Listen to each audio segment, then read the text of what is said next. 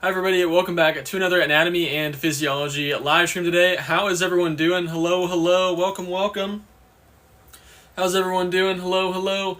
My name is Ollie. We're going to do some Anatomy and Physiology 2 today. I actually have the cat here with me today. He will be joining us. This is Elvis. You guys normally see Seymour, but here is Elvis. He's going to be with us today while we're doing Anatomy and Physiology 2 today. How's everyone doing? I hope you guys are all doing super well. How's your summer classes going? How's the studying for your exams going? We're going to be doing, like I said, hello everybody, welcome in. My name is Ollie. We're going to do some Anatomy and Physiology today. How's everyone doing? Hello, welcome in everyone. Welcome. Thank you all so much for being here. Welcome in. We'll get started here in just a moment.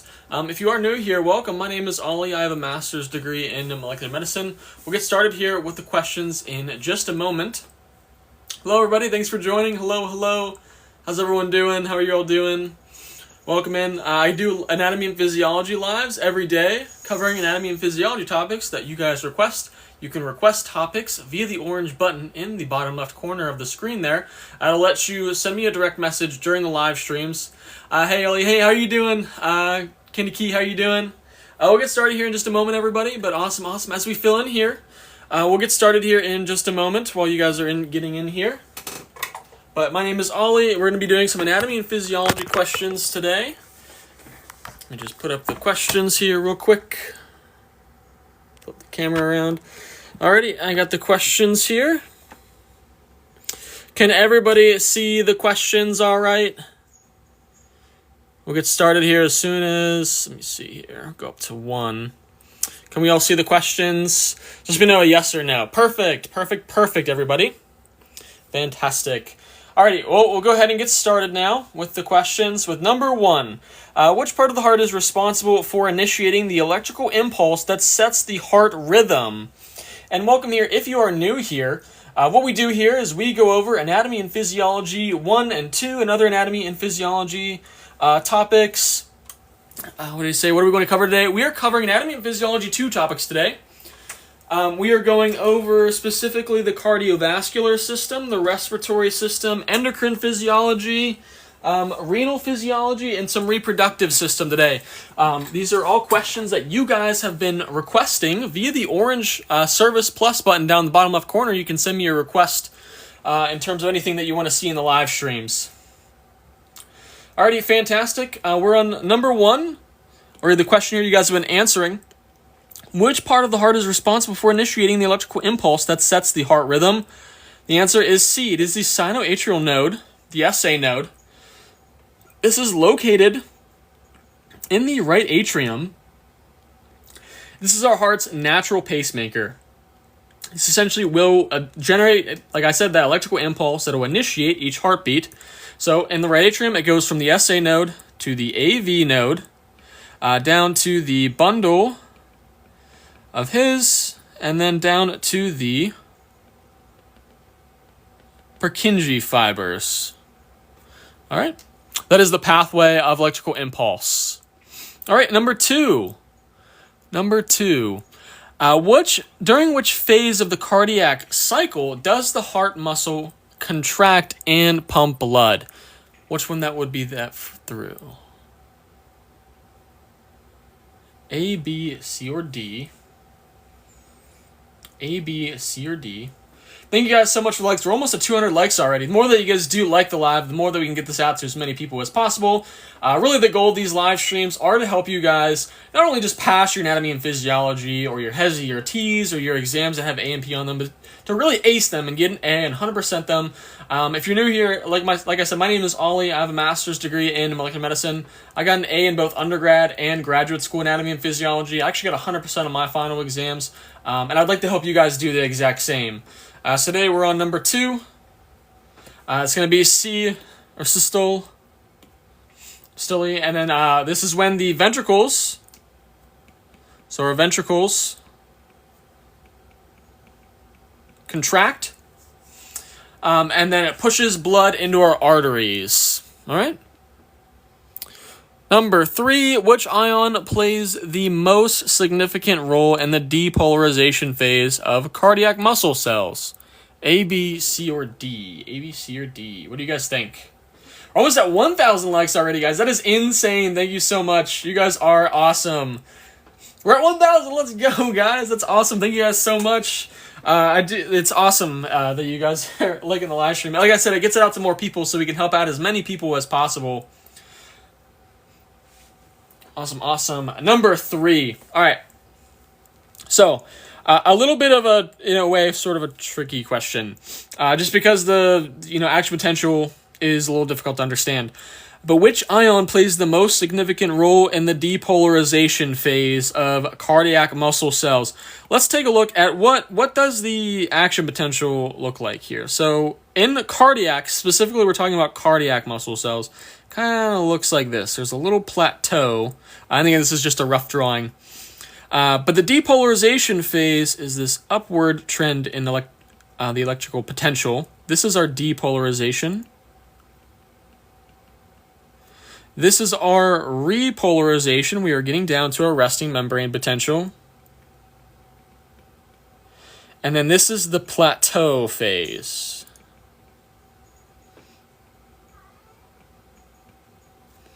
All right, so the ion that is responsible for the depolarization phase is sodium. Sodium causes the rapid depolarization of a cardiac muscle cell membrane. For the plateau, that is going to be our calcium. And then for repolarization, that will be our potassium. All right, does that make sense, everybody, before we move on?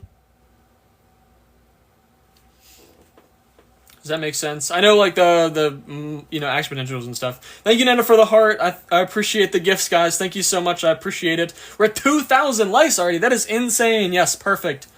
So skeletal muscle. Basically, there's no plateau there. So if it kind of looks like this, there's no plateau phase. Although calcium does get released. It helps take acetylcholine across the synaptic vesicle. All right. Number 4, we're going to move on to the next question here. Number 4, what structure electrically connects the atria to the ventricles? A, B, C, or D? A, B, C, or D?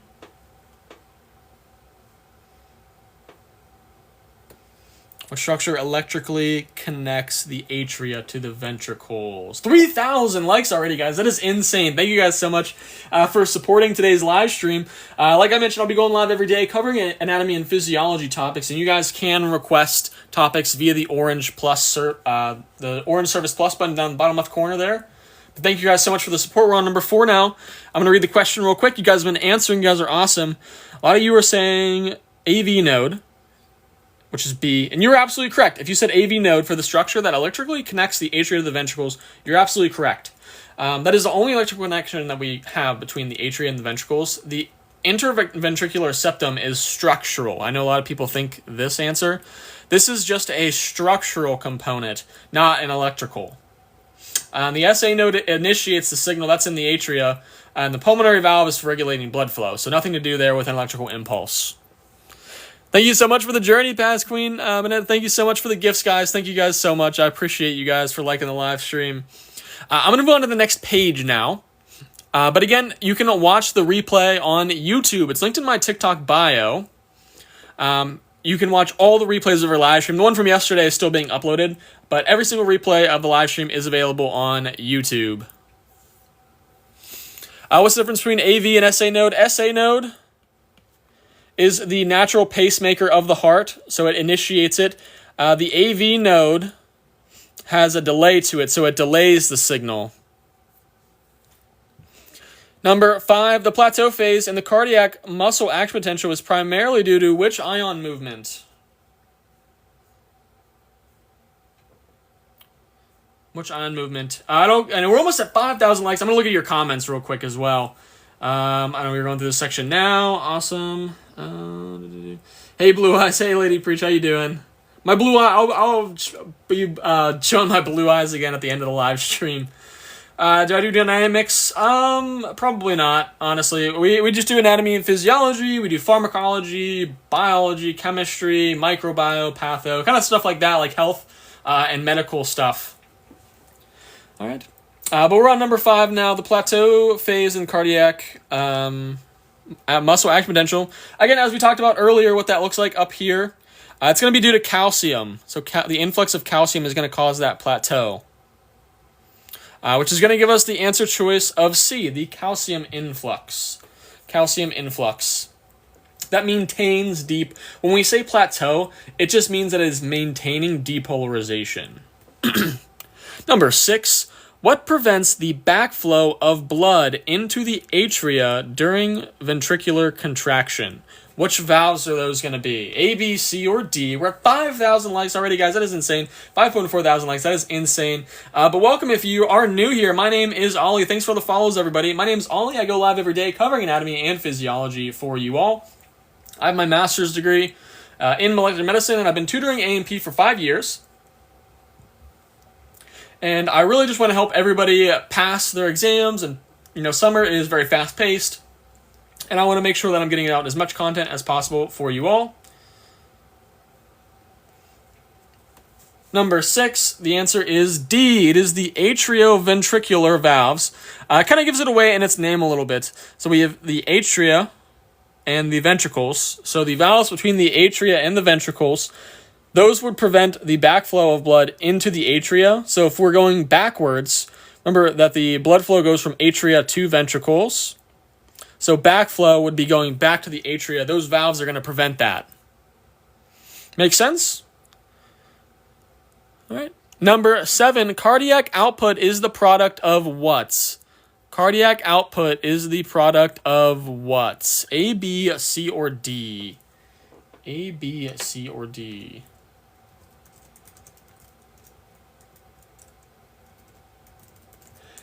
And what is depolarization? So depolarization is essentially where the inside of the cell is typically negative.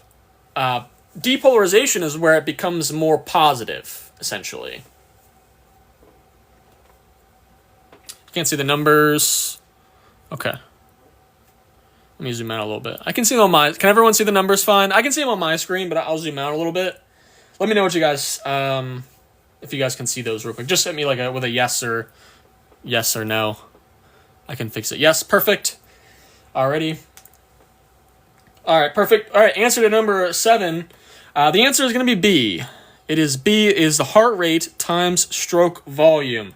So it's your heart rate times your stroke volume is what your cardiac output is. The other ones are incorrect formulas, or they just have some sort of flaw with it conceptually. Number 8, we're going to move on to the next question here, to number 8. What is the function of the Purkinje fibers in the heart? And welcome to everybody that just joined. If you're just joining us, hello, it's nice to meet you. My name is Ollie. I'm going to go live every day covering anatomy and physiology for you all. And you can request topics for anatomy and physiology via that orange button down the bottom left corner there. I have all my notes for anatomy and physiology that you can purchase on my website. They're linked in my TikTok bio, so you can just go there if you need some extra help. And then I also post the replays to YouTube. That is also in my TikTok bio. But number 8, what is the function of the Purkinje fibers in the heart? I'm seeing a lot of D's. And you're absolutely correct. That is to distribute the electrical impulse through the ventricles. Again, so we start with the SA node, down to the AV node, down to the bundle of His, and then we get to the Purkinje fibers, which distribute that electrical impulse throughout our ventricles, which is going to cause our contraction. Number 9, what effect does sympathetic stimulation have on heart rate? What does sympathetic stimulation, can anyone tell me what sympathetic stimulation would mean in terms of heart rate? What system are we activating? If any little bonus question there. A, B, C, or D. 6,000 likes already. That is insane. Fight or flight, you're absolutely correct. So, with activating our flight or flight response, there is typically an increased heart rate associated with a fight or flight response. So, sympathetic stimulation will stimulate our beta-1 adrenergic receptors. which is going to increase our heart rate. Parasympathetic, on the other hand, would decrease heart rate. So parasympathetic would decrease our heart rate. All right. I'm going to move on to the next page. Next page of questions. Number 10, the T wave on an electrocardiogram represents what? So when we look at our electrocardiogram, our ECG, what is the T wave going to represent? What would that represent? A, B, C, or D? And just a little quick recap of one. I'm kind of drawing just a little rough draft of ECG in case you're a little unfamiliar. So we have our P, our Q, our R, our S, and our T. So when this question is referring to this segment on it, let me see what you guys think. A, B, C, or D. We're almost at 7,000 likes already. That is insane, guys. Thank you guys so much. Alrighty, I'm seeing quite a mix of some C's, some D's. So the answer is, if you put C, you're absolutely correct. You are absolutely correct if you put C. It is ventricular repolarization. If you think of repolarization, again, that is kind of where we're getting back to a resting potential. So the T wave is the recovery phase of the ventricles. The P wave is going to be with atrial depolarization. Ventricular depolarization is our QRS. And then atrial repolarization is hidden within the QRS segment. All right. Perfect. Let me know if you guys were confused on that one. But again, the T segment is going to represent ventricular repolarization. This is the recovery aspect of it. But number 11, which of the following is a second messenger commonly used in hormone signaling pathways? We're going to move on now. Those are kind of the end of our cardiovascular system questions. We are moving on to some endocrine physiology questions here. And the first question being, which of the following is a second messenger commonly used in hormone signaling pathways? I know a couple people have been messaging me, letting me know that they need some extra help. A, B, C, or D. Having no use for the DAT, never taking anatomy and physiology. Oh my goodness. Anatomy and physiology would definitely help you for the DAT. Thanks for the follows, everyone. I really appreciate it. It's always great seeing new faces around here. Thank you all so much. But number 11, the answer is C. It is CAMP. Cyclic AMP. So this is one of the classic secondary messengers. The other ones are not secondary messengers, but CAMP is. All right. Number 12. What hormone is secreted by the posterior pituitary, and it acts to increase water reabsorption in the kidneys? Which of the following would that be? Now remember, the big thing here, a lot of students get this kind of confused, so I will explain where the confusion normally is and how to potentially not forget that, okay?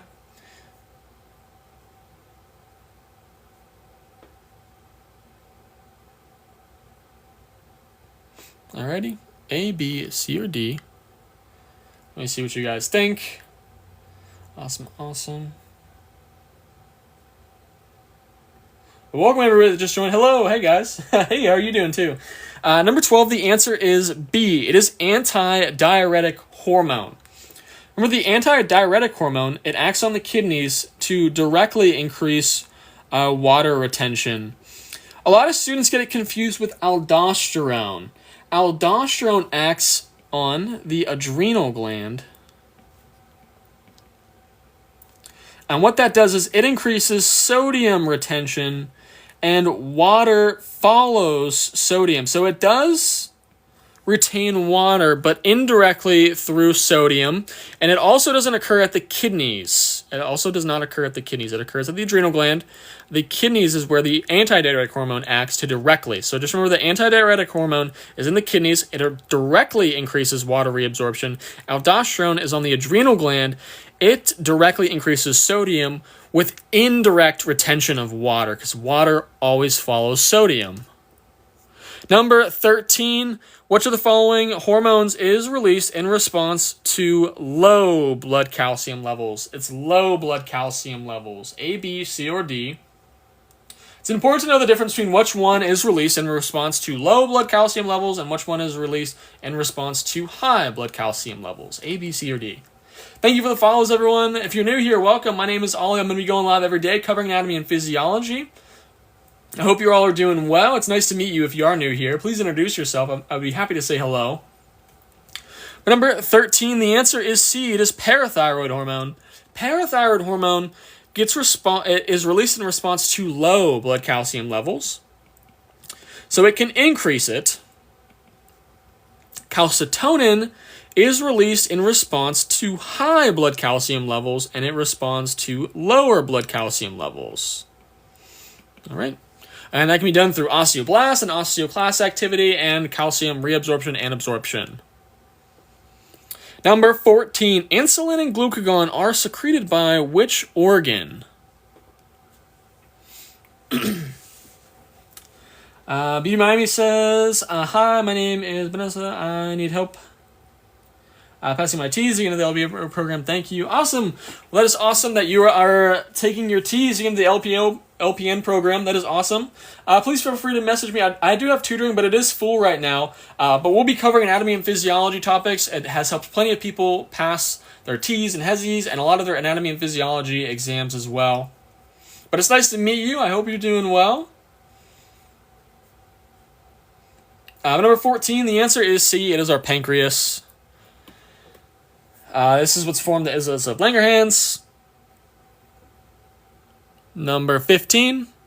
Which hormone increases the metabolic rate and it is critical for normal development and growth? A, B, C, or D? A, B, C, or D?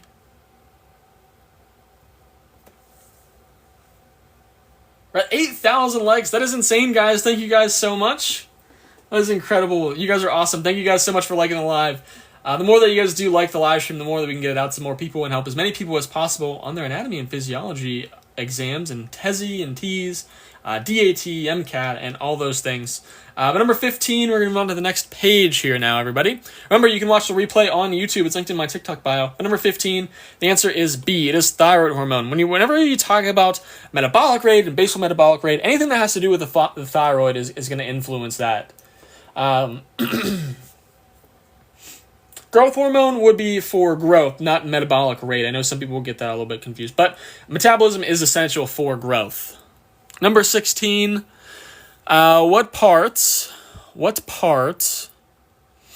the adrenal gland is responsible for producing catecholamines like epinephrine and norepinephrine? And we'll talk about which portion of the adrenal gland secrete what in just a moment there. But A, B, C, or D, what do you guys think? Even if you don't know the answer, just take your best guess. But if you need some extra help in anatomy and physiology, I do have all my notes available on my website. That is linked in my TikTok bio. This is kind of what they all look like here. These were my notes whenever I was in the class.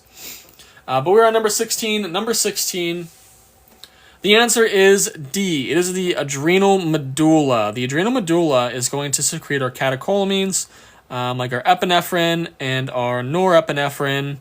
The adrenal cortex is going to release aldosterone and cortisol. All right. Does that make sense? I know a lot of people get those mixed up, especially like you have to pay attention to what it's asking you. Like sometimes it'll say like what does the adrenal medulla release, or what does the adrenal cortex release? And then these are the cortex zones. And then number 17, which hormone acts through intracellular receptors and they directly influence gene transcription? A, B, C, or D? A, B, C, or D? Kayla says, I have an exam tomorrow. Good luck on your exam tomorrow, Kayla. What's your exam on? But you got this, though. Good luck. If you could get a good luck in the chat for Kayla, that would be incredible. Awesome, awesome. If I missed any questions or anything that you guys put, Queen Martins. Hey, Queen Martins, how you doing? Good to see you again. Good to see you again. We're at 9,000 likes. That is insane, guys. Thank you guys so much. Thanks for the follows as well. If I miss any of your questions or miss just anything, just Feel free to repeat the question. It's in integumentary, skeletal, joints, and muscles. We actually just had a live on that yesterday. I'll be it's uploading to YouTube right now. But good luck. You got this. But number 17, the answer is C. It is thyroid hormone. So thyroid hormones, they are lipid soluble.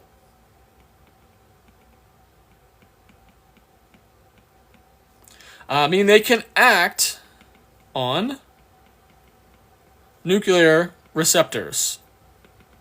Okay? The other ones, these are all membrane bound. These are all membrane. Remember, this is intracellular. Anything that's intracellular does have the potential to act directly on gene transcription. Therefore, thyroid hormone would, because it's lipid soluble. Again, the other ones are membrane bound. Number 18. We're going to go on to number 18 now, everybody. What is the primary function of aldosterone? We kind of just went over this one. So hopefully we remember what we just went over here. What was the one? So I'm just reading some of the comments while you guys are answering. Eden said, I have my TEAS on Monday. Good luck on your TEAS, Eden. You got this. We're going to get a good luck for Eden. That'd be incredible. Queen Martin says, is this going to be posted somewhere? Yes. So this will be posted to YouTube afterwards.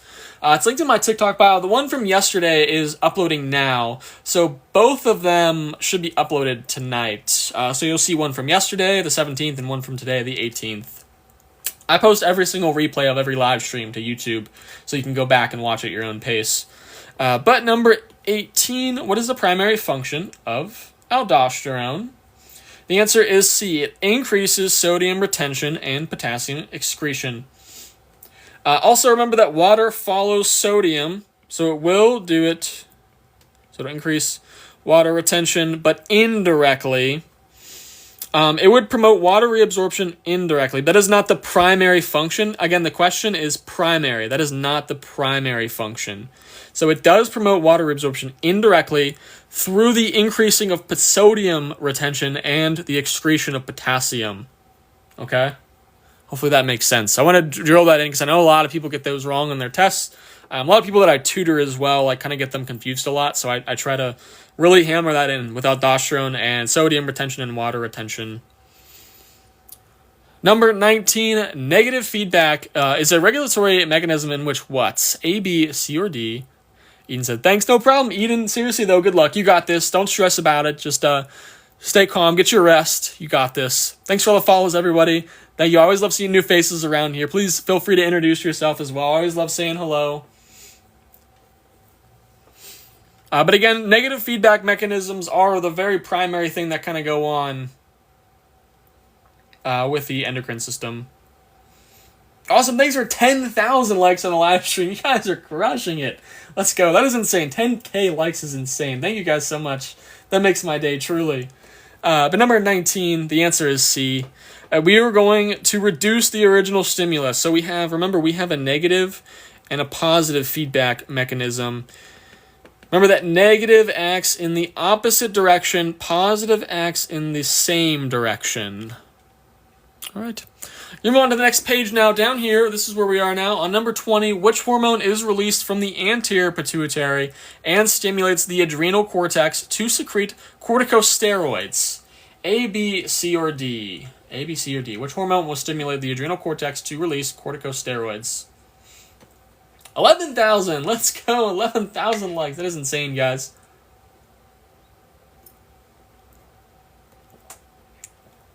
Thank you so much for liking and sharing the live. It gets it out to more people so we can help as many people as possible on anatomy and physiology exams and just help people review. I know a lot of people said they went through their class and they don't remember anything. This is a fantastic way to review as well. But number 20, the answer is B. It is ACTH. This comes from the anterior pituitary. This will stimulate cortisol.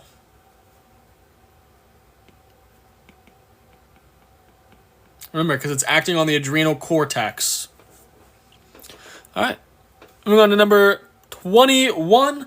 What is the primary muscle responsible for inspiration during quiet breathing? So we just finished up some endocrine physiology. We're going to move on to some respiratory physiology. I'm sorry, what does ACTH stand for? It's a adrenocorticotropic hormone. Sorry about that. I'll write that over here.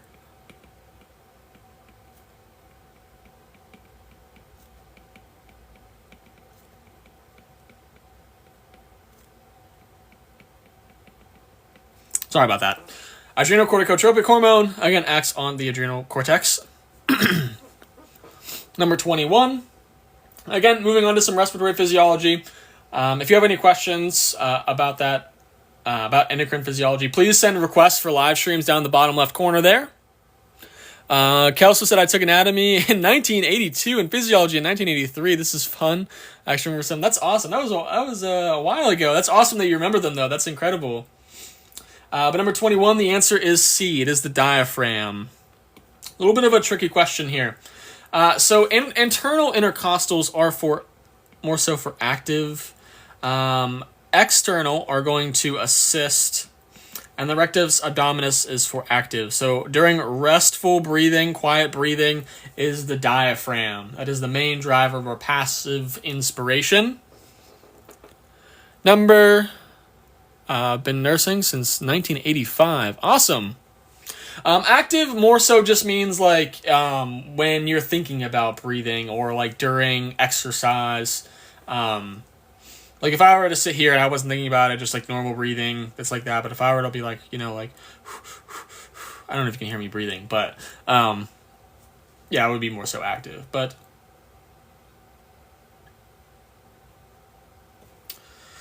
number 22, which of the following is the primary driving force for air to move into the lungs during inspiration? A, B, C, or D? We're at 13.6 thousand likes. That is insane.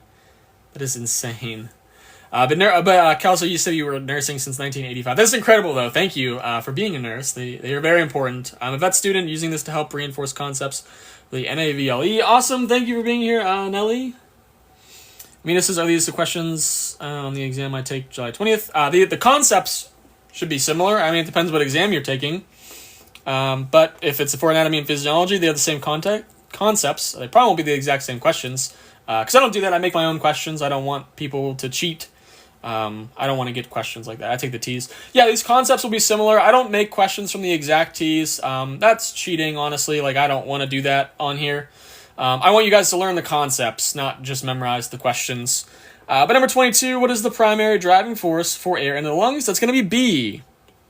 It's going to be negative intrapleural pressure. That creates a pressure gradient for air entry. Atmospheric pressure is constant. Elastic recoil would drive exhalation. And then positive would be the opposite. Number 23.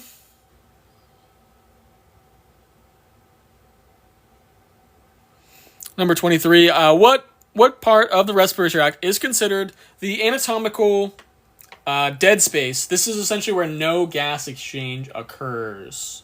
No gas exchange occurs for number 23. A, B, C, or D?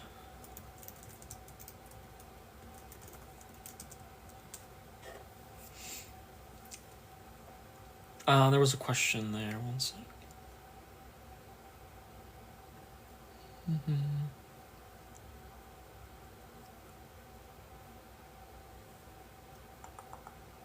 Perfect. 15,000 likes. 15.6 thousand likes. That's insane, guys. Thank you guys so much. But number 23. What do you guys think? I'll give you guys one more second. So it's going to be the trachea and the bronchi.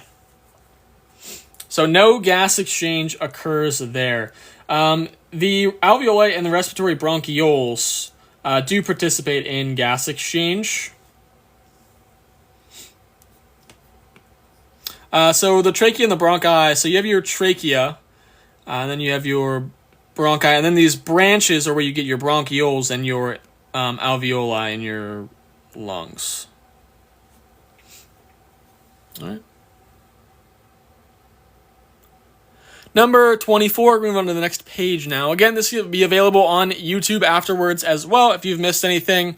But number 24, what structure marks the beginning of the lower respiratory tract? What structure marks the beginning of the lower respiratory tract? A, B, C, or D? 16.7 thousand likes. I look away for 1 second. We have another 1,000 likes. That is insane, guys. Thank you guys so much.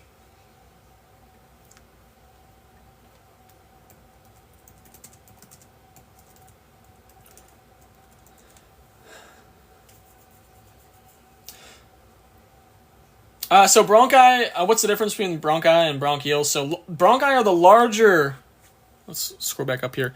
Bronchi are the larger airways. Bronchioles are the smaller branches that come off of the bronchi. All right.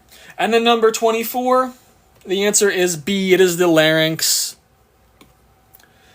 Above it is our upper tract. Below it is this is the I guess I should say the larynx plus everything. Below it is our lower respiratory tract. All of these structures here are all part of the upper tract. They both said bronchioles.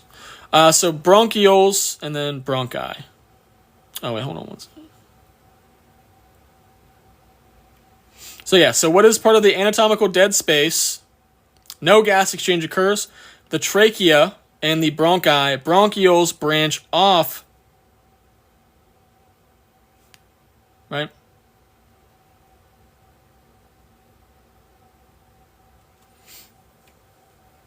The pharynx is above it, so it is a upper respiratory structure for the pharynx.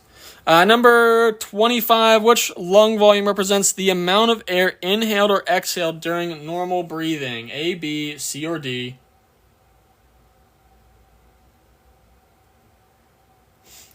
My YouTube name, it's my name. It's Ollie Hertzeg. It's also linked in my TikTok bio as well. The other thing that's located in my TikTok bio are my notes for anatomy and physiology. Number 25, the answer is B. It is the tidal volume.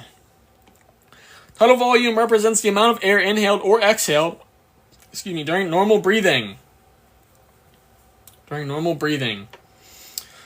And number 26, what happens to the diaphragm during exhalation? A, B, C, or D? A, B, C, or D? Number 26, what happens to the diaphragm when we exhale air? What is going to happen to that? Think about in terms of the volume and the pressure that would be there. A, B, C, or D?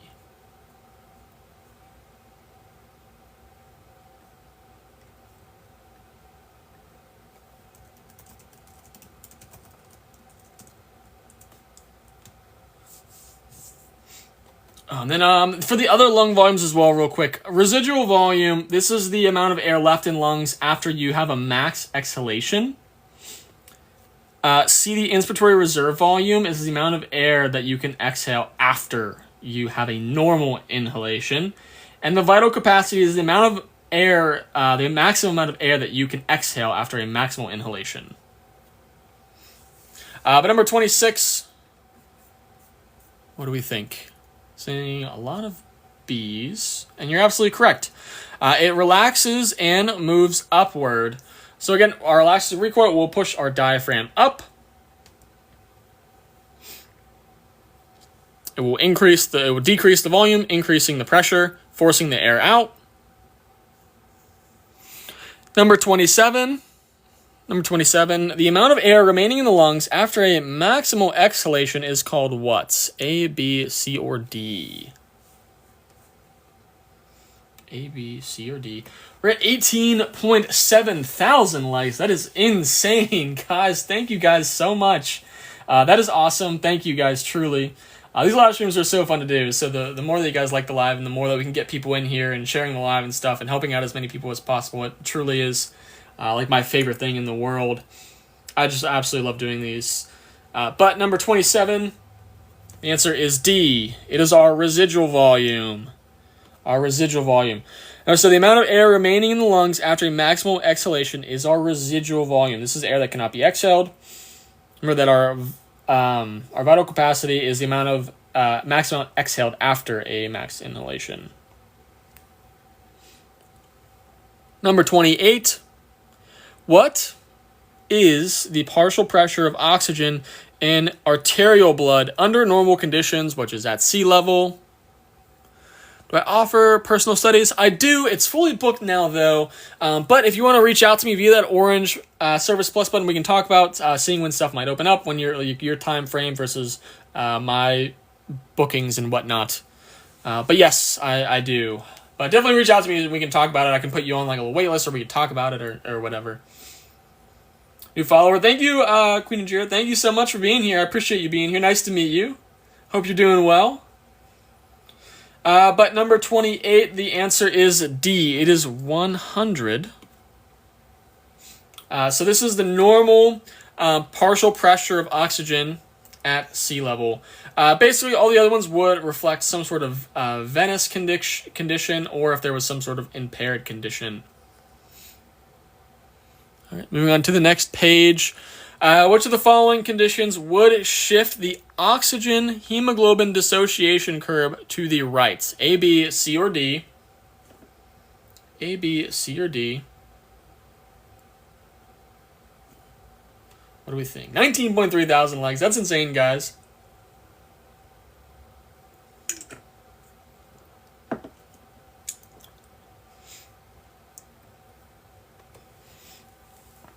Number 29 is C, is increased carbon dioxide levels. Increased carbon dioxide levels. This is the Bohr effect, right?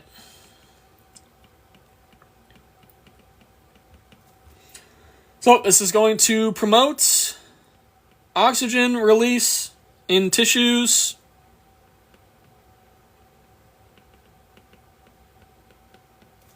The other ones, A, B, and D, would shift left. That would increase the affinity for oxygen. Which of the following conditions would shift the oxygen hemoglobin dissociation curve to the right? That would be increased carbon dioxide levels. Again, it's the Bohr effect. It increases the release of oxygen into tissues. Number 30. Which enzyme catalyzes the conversion of CO2 and H2O into carbonic acid in red blood cells? A, B, C, or D for number 30. What do you guys think it is? A, B, C, or D?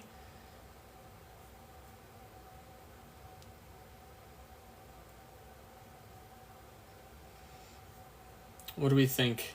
I know these are some respiratory physiology questions that have been requested by you guys. Like I said, you can request some respiratory physiology, or I shouldn't say respiratory, but you can request any anatomy and physiology topic in the orange Service Plus button down there.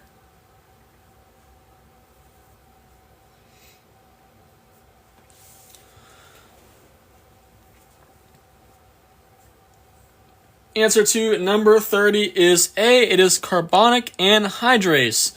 That is, so remember, our ACE is our enzyme. This is important for buffering and the carbon dioxide transport.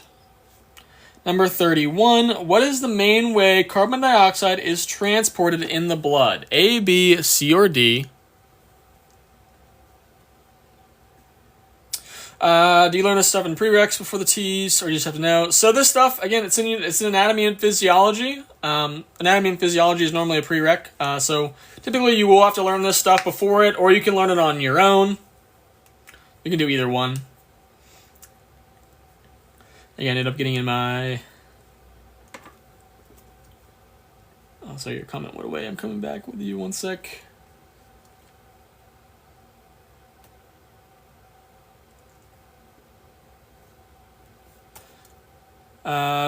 Mikoko, thank you. I ended up getting an A in my anatomy class, and your lives helped me. Awesome! Congratulations for getting an A in your class. That's awesome. Congratulations. If we could get congratulations in chat from Mikoko, that'd be incredible. That is awesome. Congratulations. That's fantastic. That is awesome to hear.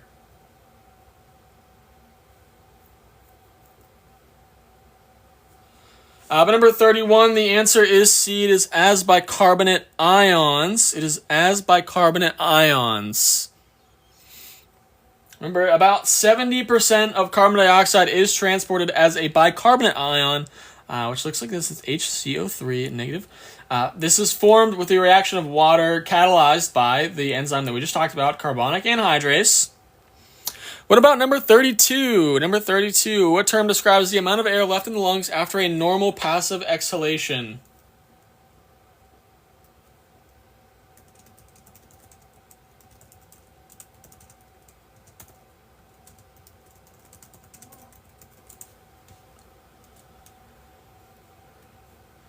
A, B, C, or D? 20,000 likes. Let's go, guys. Thank you guys so much. That's fantastic. Thank you, guys.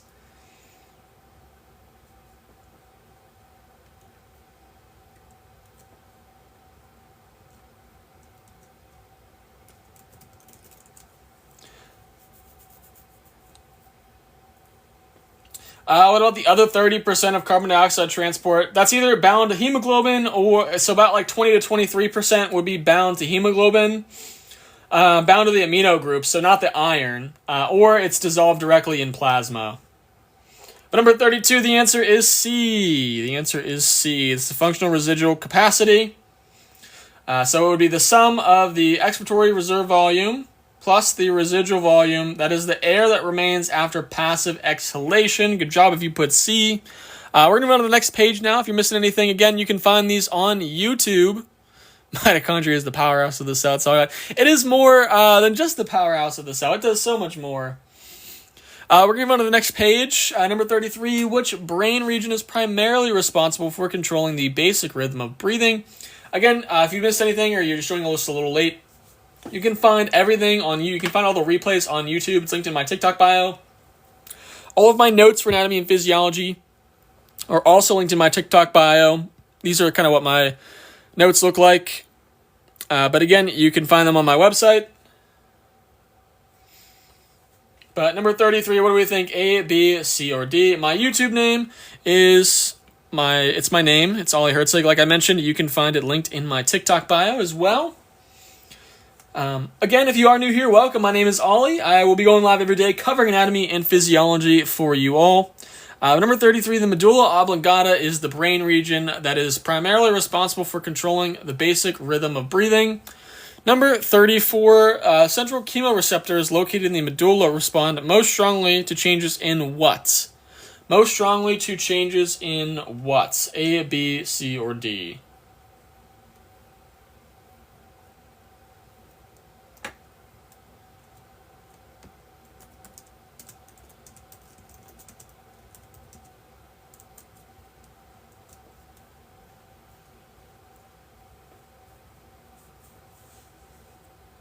I thought the brainstem it's part of the brainstem.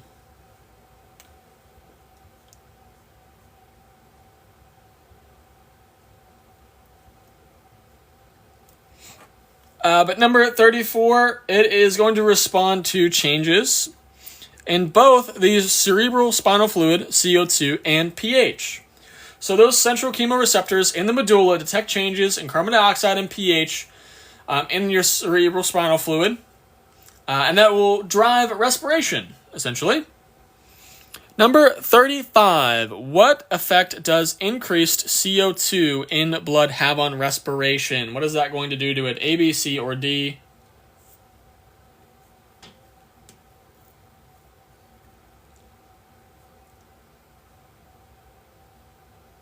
A, B, C, or D? Thank you guys so much for the follows. We're at 23,000 likes, guys. That is awesome. Welcome in. It's always nice to see you guys. Please feel free to introduce yourself. I'd be happy to say hello during the live as well. I always love meeting new faces and stuff. Number 35, the answer is C. It's going to increase the respiratory rate and depth. So high CO2 could lead to a low pH, which would stimulate the medulla, which would increase like faster, deeper breathing. So again, the effect of increased CO2. So we have high CO2. This would, in turn, give us a low pH. This would stimulate the medulla for increased breathing rate.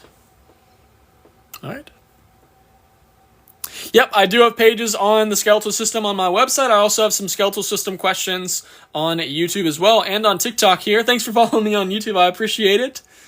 I'm actually like 10 watch hours away from getting monetized. So that'd be incredible. Any minute, any second you spend watching my YouTube video lately, I will be internally grateful for the rest of my life for you. But number 36, during external respiration, oxygen moves from the alveoli into the blood because of what? A, B, C, or D?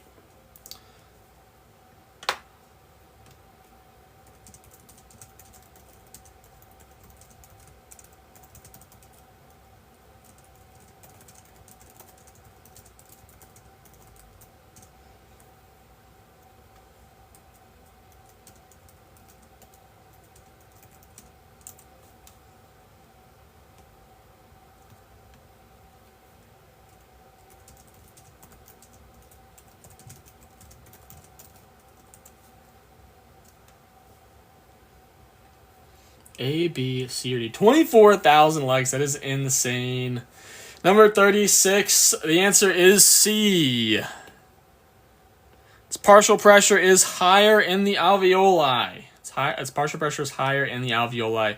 So oxygen would diffuse from high to low partial pressure. High pressure in the alveoli to low pressure, which is in the blood. So actively pumped, this is passive. Higher blood, again, like I just mentioned, is opposite. CO2 is exchanged, true, but that would not cause oxygen diffusion. I'm going to move on to the next page now. Number 37, what term describes the max amount of air that can be exhaled after a maximal exhalation? A, B, C, or D? A, B, C, or D? What do we think? 25,000. Let's go, guys. Thank you guys so much. As we move on to the next page, just remember I do post these all to YouTube. I do have all my notes for anatomy and physiology available on my website. They are linked in my TikTok bio. Number 37, the answer is C. It's our vital capacity. This is our vital capacity. Our vital capacity is it's going to be our maximum amount of air that can be exhaled after a maximal inhalation. Tidal volume is the normal breathing of in and outs. Residual volume is the air left after you have a max exhalation. The minute ventilation as the total, or the minute ventilation is the total air moved per minute. Number 38, what is the function of surfactant in the lungs? What is the function of surfactant in the lungs? A, B, C, or D?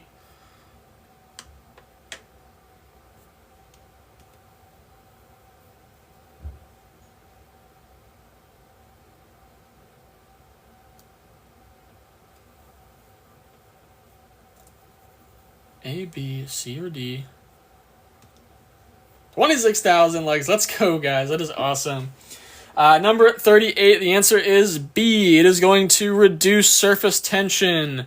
So surfactant will prevent alveolar collapse by lowering surface tension. Number 39, which condition results in decreased lung compliance? A, B, C, or D?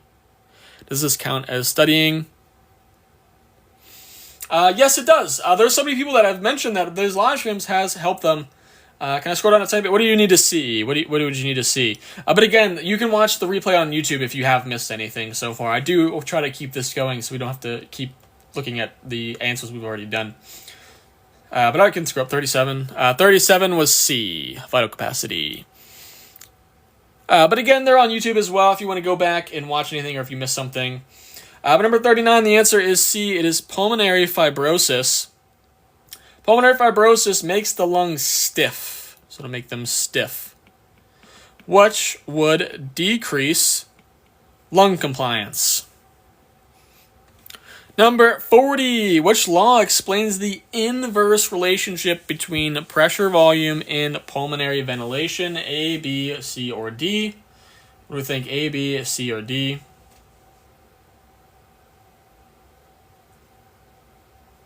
What do we think? A, B, C, or D?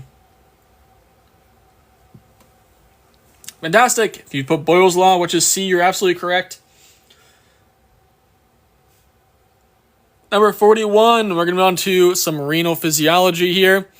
We just went over pulmonary physiology and respiratory physiology. So if, again, you were confused on that, let me know any topics there. Just put them down in the orange button here. I'll actually put it up here. I'll pin it here. Send me a message on anything that you're confused about or you'd like to see. You can absolutely request a live stream topic and some questions as well. But without further ado, we'll move on to number 41. What is the functional unit of the kidney? What is the functional unit of the kidney? This was literally my question for the finals. It's awesome. It's awesome. Thank you, Ray Ray, for the art. I appreciate you. Thank you for the gifts. Thank you for the finger hearts, Ray Ray. Thank you so much. Thank you. I appreciate it. Any gifts are appreciated. Thank you so much. We're also at 28,000 likes. That is insane, guys.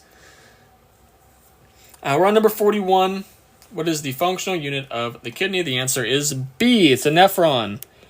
Remember that a functional unit is the smallest but the largest structure that would allow for a system to undergo its functioning. In terms of the kidney, it's the nephron. The glomerulus is a common answer here, but that's wrong because the glomerulus is only part of the nephron. Loop of Henle is also just part of the nephron. It's only part of it. The renal pyramid is a collection of tubules. Number 41, I'm going to move on to the next page. Number 41.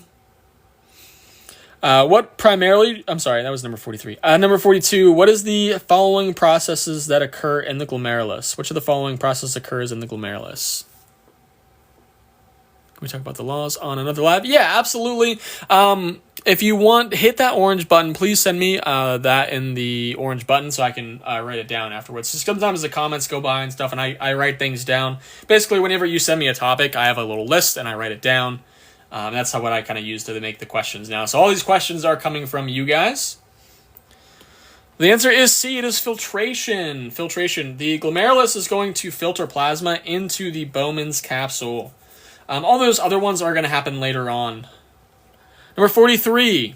What primarily drives the glomerular filtration? What would that be? A, B, C, or D? We're almost at 30,000 likes. That is insane. 30,000! Let's go! That is insane. Thank you guys so much. I appreciate you guys. That is absolutely fantastic. Number 43, the answer is C. It is hydrostatic pressure in the glomerular capillaries. Hydrostatic pressure, so blood pressure, that would push plasma into the Bowman's capsule. Osmotic pressure would oppose filtration. And colloidal osmotic pressure would pull water back in, so that would oppose filtration as well. Number 44. Which part of the nephron is primarily responsible for reabsorbing the majority of filtered water and solutes? A, B, C, or D? Which part of the nephron is primarily responsible for reabsorbing the majority of filtered water and solutes? A, B, C, or D? What do you guys think it is?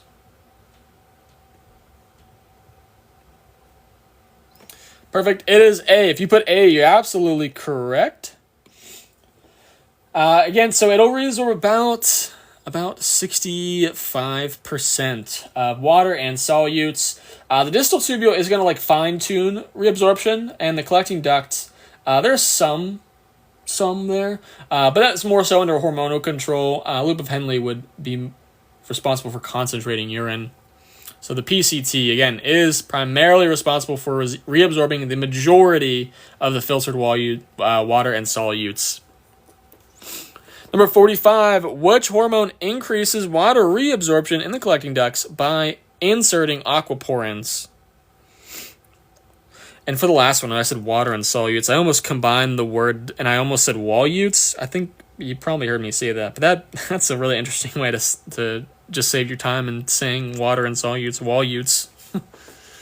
Number 45. Let me see. Absolutely, I'm seeing a lot of antidiuretic hormone in C. You're absolutely correct. So again, antidiuretic hormone is directly responsible for increasing water reabsorption in the collecting duct, and it inserts aquaporins. Aldosterone, again, affects... Oh, awesome. Thank you, Reese, for the finger hearts. I appreciate you. Thank you guys so much for the gifts. I appreciate you guys. Thank you guys so much. Again, so aldosterone affects sodium, right? So it would increase sodium reabsorption. Water would be indirect to that. Number 46.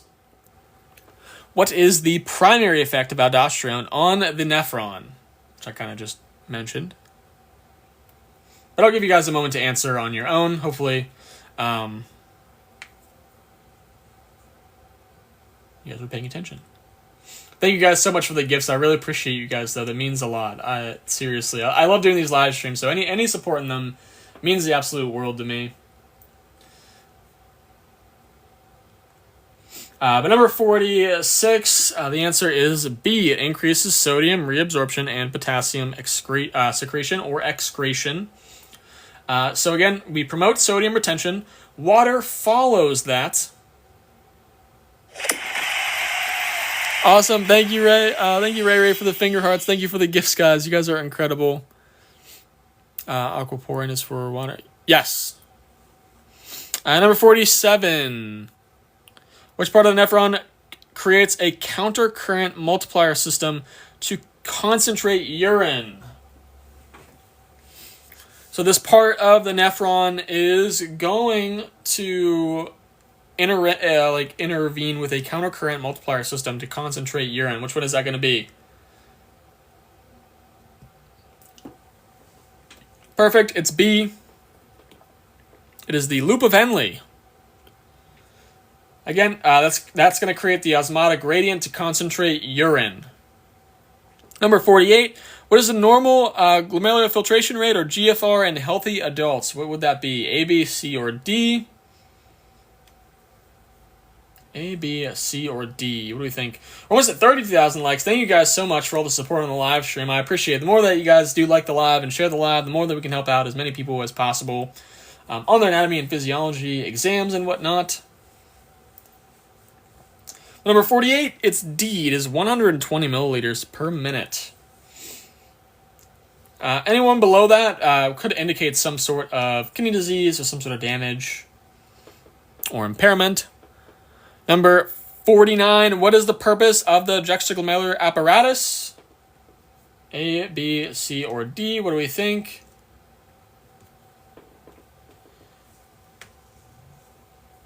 A, B, C, or D?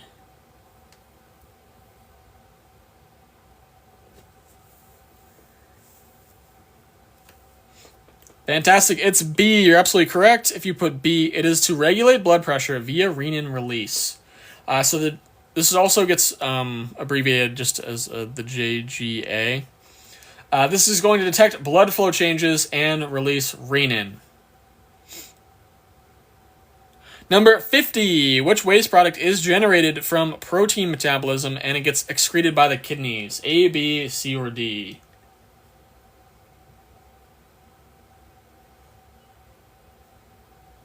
A, B, C, or D? What do we think? For number 50. Seeing some B's, C's, and D's. I'll give you guys another moment to answer.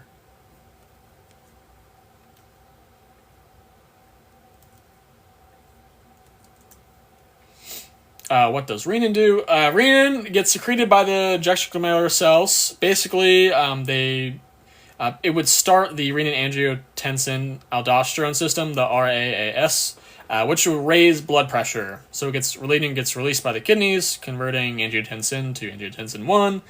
ACE, it converts it to angiotensin 2, and then angiotensin vasoconstricts, stimulates ADH and aldosterone, increasing our blood pressure. But number 50, the answer is urea. That's C. It is C. Urea is generated when we have protein metabolism, and it is what gets excreted by the kidneys. So it gets made from the liver, from ammonia, and excreted in the urine through the kidneys. Number 51, we're going on to some reproductive system questions now. Number 51, where does fertilization of the ovum typically occur? And if there are any renal physiology or anatomy questions that you're unsure of and you want some more in-depth ones, please send them to me via that orange plus Service Plus button down the bottom left corner. I'd be happy to implement those questions into a future live stream as well. But again, I do have videos posted. I post every single replay to YouTube afterwards. It's linked in my TikTok bio, as well as all of my anatomy and physiology 1 and 2 notes. From whenever I was in the class. I got an A in the class. I got 100% on my final exams. Number 51, the answer is D. It is the fallopian tube.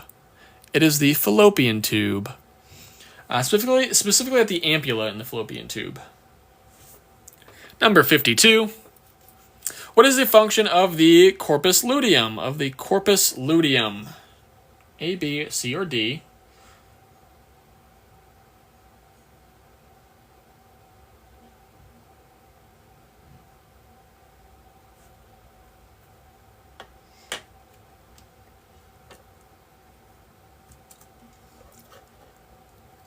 Wait, I don't think renin converts ACE to ACE2. No, so angiotensin converting enzyme does. Angiotensin converting enzyme, so ACE.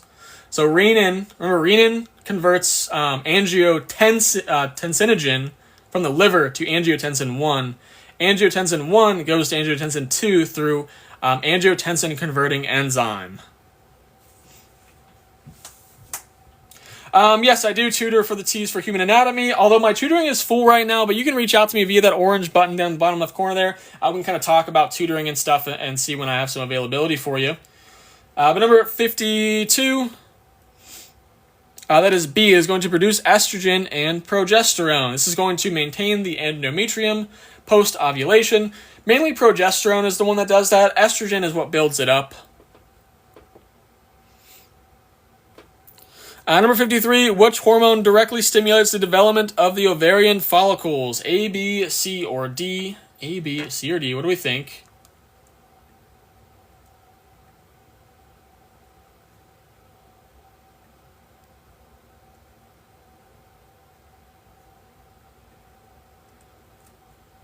A, B, C, or D? Angiotensin converting enzyme, or ACE. Yes, that is produced by the endothelial cells in the lungs. So yes, you are correct.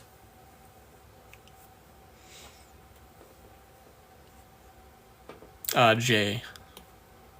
Number 53, the answer is B. It is FSH, which is follicle stimulating hormone. Follicle stimulating hormone stimulates the growth of the ovarian follicles. Number 54, the uterine lining. I'm sorry. Which layer of the uterus is shed during menstruation? Which layer of the uterus is shed during menstruation? A, B, C, or D? I think we're at 34,000 likes. That is insane, guys. Thank you guys so much. A, B, C, or D? Perfect. It's C. It's the endometrium. Endometrium is shed obviously during menstruation, so it is shed monthly. The perimetrium is the outer layer. Myometrium is the muscular layer, and the cervical lining would not be a part of that process. Number 55, in the male, what structure is responsible for sperm production? Thanks for the follows as well. If you are new here, welcome. My name is Ollie. I'm going to be going live every single day covering anatomy and physiology for you all. And you can request topics down the bottom left corner there. That would be via that orange button. Be happy to include them in a live stream. Number 55, where is sperm made? The answer is C. It is the seminiferous tubules. This is the site of spermatogenesis in the testes. Number 56, what hormone is primarily responsible for the development of male secondary sex characteristics? A, B, C, or D?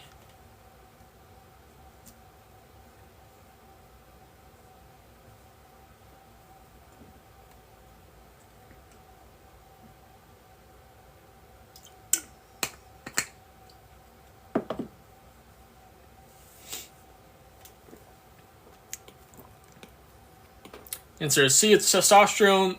This would be like more muscle mass, hair, the deeper voice. Number 57, where do sperm mature and gain motility, or their ability to move? What would that be, A, B, C, or D? What do we think? A, B, C, or D?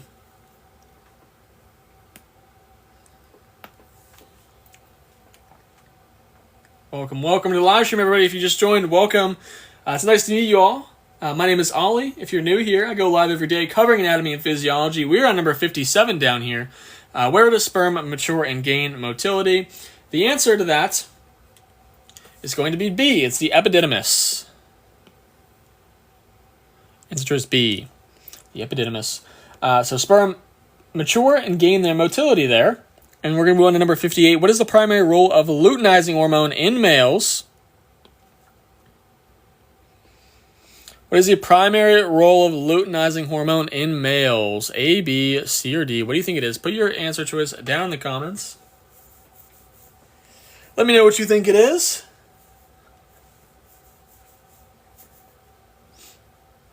Fantastic. It is A.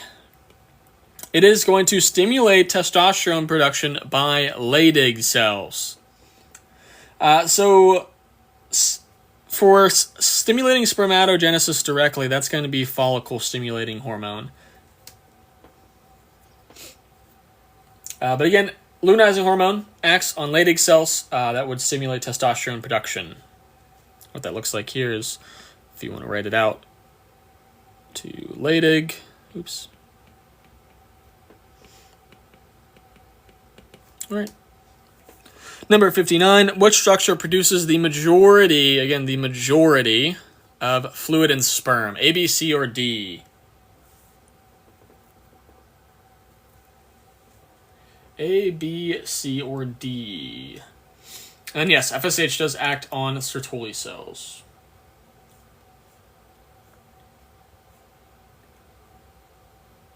$36,000. That's insane. 36,000 likes. Awesome, guys.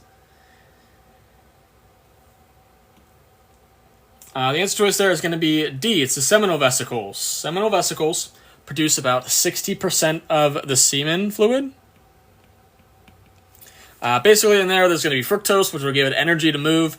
The prostate gland does produce a small amount. B does as well. Those glands do. Again, it's a small amount. So seminal vesicles would be the majority. Number 60, last question here, everybody. Which hormone spikes just before ovulation? That is going to trigger the release of an egg. So ovulation.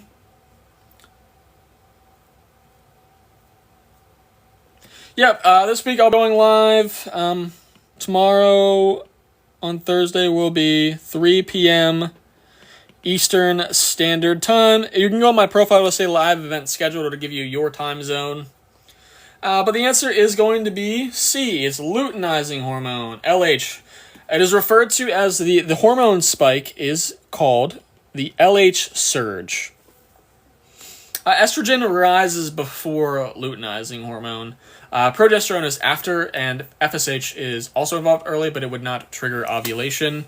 Again, so I will be live again tomorrow, 3 p.m. Eastern Standard Time. The bottom left corner there, that orange button, you can hit that button. You can send me a direct message. It will give me, you can send me topics for tomorrow's live stream. Anything that you want me to cover and questions. I'm actually going to flip the screen around here real quick and say hello again. Hello, everybody. Hi again. This is Ollie. My name is Ollie. I'm going to fix my hair. It's all flat now. I was leaned over. But hello, everybody. Welcome in. Welcome. It's nice to meet you all. I just want to tell you, Tori said, I just want to tell you I got my grade back. Today I got 101.53. Let's go. Congratulations. Thank you, Elena, for the rose. Thank you guys so much. Your lives help so much. Awesome. If we get a congratulations for Tori in the chat, that would be incredible.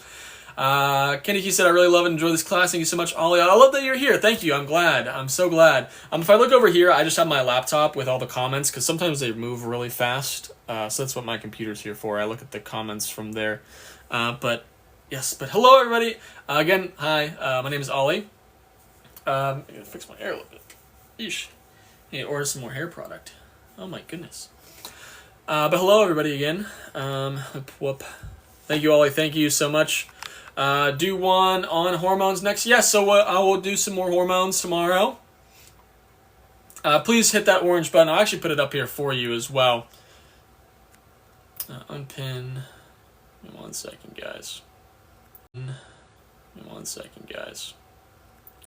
Pin. So right here, it should be. I guess it won't pop up on the screen. That's weird. Give me 1 second. So sorry, guys. So it's not loading. Oh well. Should pop up there. Thank you for the TikToks. Thank you guys for the gifts. I appreciate you guys so much. Thank you guys for being here. Thanks for being in the live stream. Welcome, Jessica. Welcome. Hi, it's nice to meet you. Please introduce yourself if you are new here. Can I do tissues? Yep, we can do some tissues tomorrow as well. I know a lot of people are on the integumentary system right now. They're on tissues. They are on skeletal system. So I'm happy to do those. But yeah, we'll do some of those tomorrow as well. But again, the replay can be found on YouTube. That is linked in my TikTok bio, as well as all of my notes for anatomy and physiology as well. This is kind of like what my notes look like. I know it's kind of hard to see with the glare. Kim Doe, hi, I'm new here. Hi, nice to meet you. Do I do embryology? Yes, we do embryology here and there. Yes, rice pizza. What time? Tomorrow is going to be 3 p.m. Eastern Standard Time. I'll make a video on the schedule for this week, and then next week I'll post the schedule on probably like Saturday or Sunday. And then, let me think, if you go on my profile, it'll say like live event scheduled. I'm going to hit that for tomorrow. So it'll begin 3 p.m. Eastern Standard Time tomorrow. All of my notes are available on my website, linked in my bio. Again, you can get the replay of this on YouTube afterwards as well. The one from yesterday should be uploaded today, as well as this one should be uploaded later today as well. I'll stick around here for just another minute and answer any questions that you guys have. Were there any just like quick questions that you guys had for me before I get going? But it was nice to meet you all. Thank you all again. Hello. It's nice to meet you. Again, my name is Ollie. We go live every day here covering anatomy and physiology. I post videos every day. I love taking video requests from you guys as well. I just love anatomy and physiology. I've been tutoring it for 5 years. I just got my master's degree. I just bought your muscle notes. Awesome, thank you. But can you make a video on the insertions walkthrough? Yes, I absolutely can. Yes, I will. PlayScraft, you can just hit the orange button down there and just send me that, and I'll write it down, and I will work on that. I'll get started on that immediately. I don't remember. I think you. Let me see. PlayScraft, I remember your name. It's nice to see you again. I hope you're doing well. I think you were in biomechanics. I hope that went well. Any other quick questions before I get going? Where's the orange button? It should be like down in the bottom, like if I'm pointing in the right spot on your side. It should be in the bottom left corner there. No, biomechanics is in August. Okay, gotcha. I've been working on getting my notes out for that as well. You rock too, though. But seriously, you rock. If I'm looking this way, it's because I have my laptop here. So nice to meet you. I'm new here. Awesome. Thank you. What book was I showing? These are my notes. They're digital. They're on my website. They are linked in my TikTok bio. This is the book that I was showing. Anatomy and Physiology 2 is about 92 pages, and then Anatomy and Physiology 1 is about 120 pages. These are all my notes from whenever I was in the class. I absolutely love Anatomy and Physiology. Like, I loved making these notes. You can get them on my website. I absolutely loved making them. I've been releasing my notes for other classes slowly but surely. I had questions. You're talking about like the questions we did in the live stream here, like these questions. Was that the question? Yes. Okay. So for that, let me see what I go here. So you just have to get those questions. I make them myself. You basically just join the community, and once you join the community, you send me your email. I put you on my email list, and then after every single live stream, you will get the PDF of the questions, blank questions, and the answer key at the end as well. If I could go up, so if I could go up again, it'll be on YouTube afterwards as well, so you can go back there as well. That's how you can rewatch that. What's my YouTube? It's my name. It's Ollie Hertzeg. It's on my TikTok bio as well. Is that my bio? Yeah, so it's the subscription. Yes, it'll be in my bio. So my website with all my notes is linked there, and then my YouTube is linked there as well. They kind of depend per chapter. So on my website, I would definitely go check there as well. What did I go to school for? So I did my undergraduate degree in biomedical sciences and kinesiology, and then I did my master's degree in molecular medicine, specifically in cancer research and biomarkers. And then I'd like to get my PhD in anatomy education and medical education. I know the funding for PhDs is just not really there right now, so that's why I'm not in a program. My program's funding got cut, so I did not start that.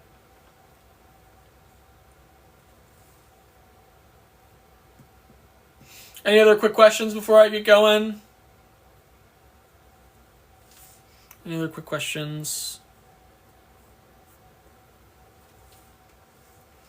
I'm going to get going, but I'll stick around here for just another second or so answering questions. Thanks for the follows, guys. Again, I'll be going live every day covering anatomy and physiology. I appreciate it's always nice seeing new faces. Please introduce yourself as well. I always love meeting people and connecting with you and stuff. But thank you, guys. This is the end of today. We'll be back again tomorrow at 3 p.m. Eastern Standard Time. It'll probably be a mix of both AMP1 and AMP2. So be around for that. We'll go over some overview stuff. But if there are no other questions, I'm going to get going. I just want to say thank you guys again for participating in the live stream. I absolutely love doing these live streams. So much fun. I love doing them. I appreciate you guys being here. I think, what are we ending today? 41.8 thousand likes. That is insane. Thank you all so much for being here. Love you guys. Seriously, I love doing these. I look forward to them every day. So can't wait to see you guys tomorrow. I should be posting a video. Again, it's part 2 of our histology series. That should be up not too much longer. And then the replay from yesterday and today will be up tonight on my YouTube. But thanks, guys. Have a great rest of your day. Hope to see you guys tomorrow or in a future live stream.